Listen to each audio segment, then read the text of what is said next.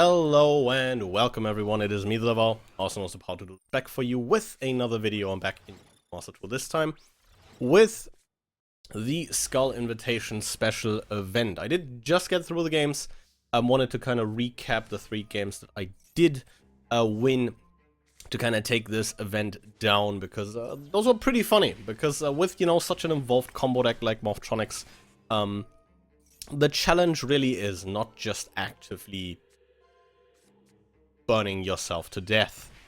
But this silly idiot that just went to the graveyard for the Synchro Summon of a Power Tool Dragon here in Morphtronic Telephone is of course instrumental in doing a little bit of trolling when it comes to how many life points I can actually spare for, you know, the lines. Putting a smartphone here on the board after like a fairly standard start by now. Summon the Telephone in defense, dumping a Morphtronic so that I have a banish for the smartphone in my hand, so that I can use that to extend into an Excel Synchro Starters. Don't have to, you know, then use like another Morphtronic in hand to pitch for the repair unit. I can just retain that for if I need further extension. Summoning back the Telephone off of Excel Synchro Stardust here, making a Braver Dragon. After, of course, you know, using that Telephone to revive the smartphone. But life points are getting very low. Not in a good way is the problem. Because, you know, we tend to still have a couple actions left, and the setup isn't, you know, looking too great. Turning this smartphone here into a Link Koribo, taking an extra 600 in the process. Do put another smartphone on the board here just to have another body, recoup a bit of advantage. Maybe hoping I can, you know, kill on a turn 3 after ending on like Braver SP, which easily comes down here. Not really a hard decision to make the SP here. To, you know, put an additional piece of interaction onto the board. But yeah, I do set the Forbidden Droplet and I'm down on 1900 life points, which is not great. To say the least. Opponent goes lead a League Knight, summon the Snake Eye Oak. Luckily it's not Ash. To summon out a Flam Birch Dragon from the deck. Opponent enters combat and in damage step I do flip the Forbidden Droplet, sending my Skull Invitation to the graveyard. Because at this point I feel like my opponent's not going to commit to a whole lot more. And not going to take a lot of damage off the Skull Invitation. I do, you know, go for the Braver, send Life Extreme, try to force out another back row. See an infinite impermanence here.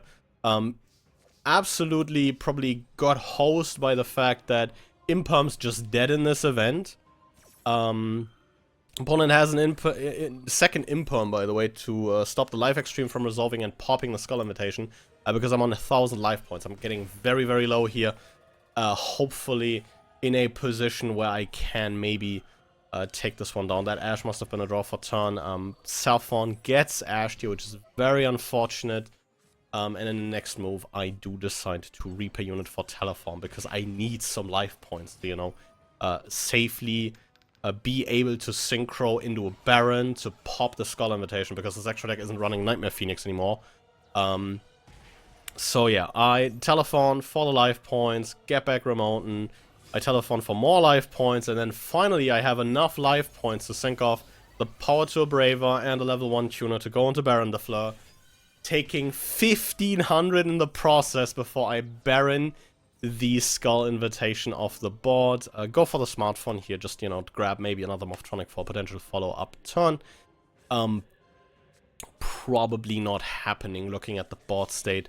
As I do the absolute funny of hard making Underworld Goddess of the Closed World, because this doesn't run access code anymore, so this is the biggest bungus I can easily make in the extra deck, going for a very, very clean game here.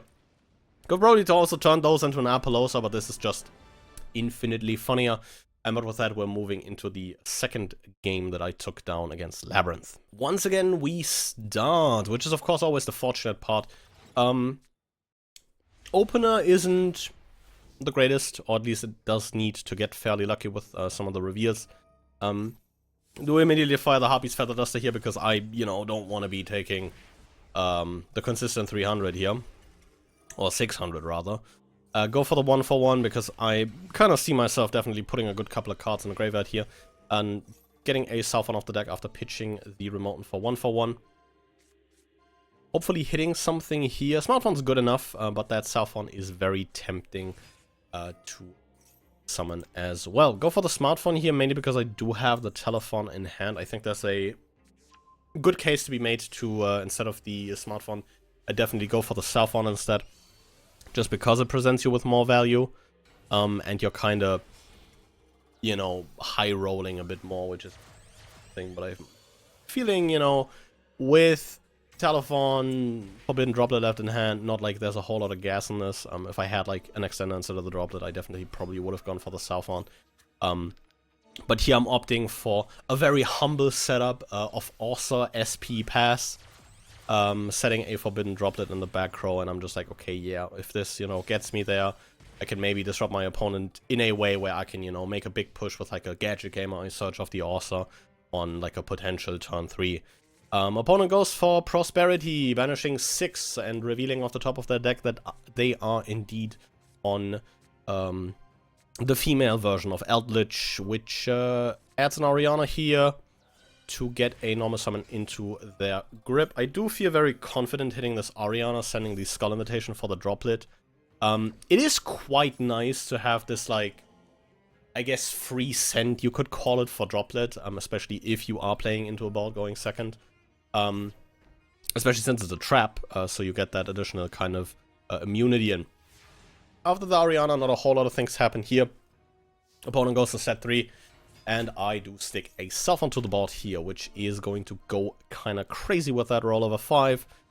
Just hoping I can find something decent here. Remoten's already looking pretty great, but that Southern's looking even greater, especially now that I do have Extension in hand and can potentially, you know, go even further beyond.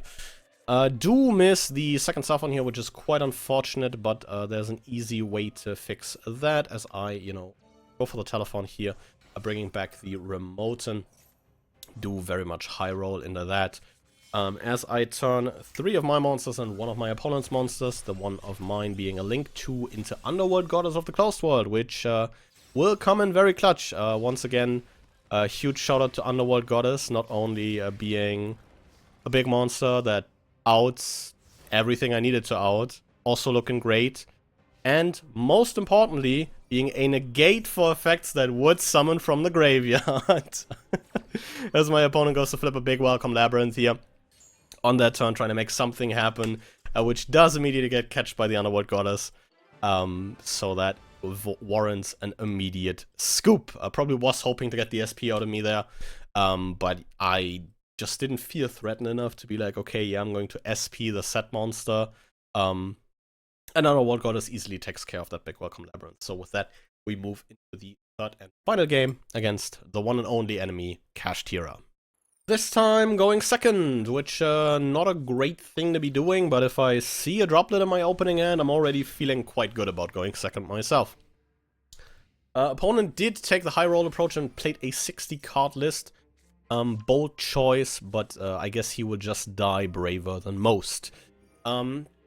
Goes to banish the Unicorn here off a Sacred Sword of 7 stars. To get an additional draw 2 in. Summons back the Unicorn out of the banish pile. Of course, a deck like Kashtira, which potentially can run Dimensional Shift, is pretty good in this, because you do banish a lot of cards and the cards don't hit the graveyard, which is very important for Skull Invitation, as my opponent goes to mill me for 3, burns me for 9, and just makes a Shangri Era here. Passing the turn on this, which looks unimpressive, but it's still a fairly solid setup. Will probably get you into another turn in, you know, normal cases, but normal cases don't apply to an opponent that has opened Forbidden Droplet. As I go to Droplet here, negating the Fenrir and the Unicorn, mainly because I don't want this guy touching my extra deck and also don't want this guy banishing cards from my field.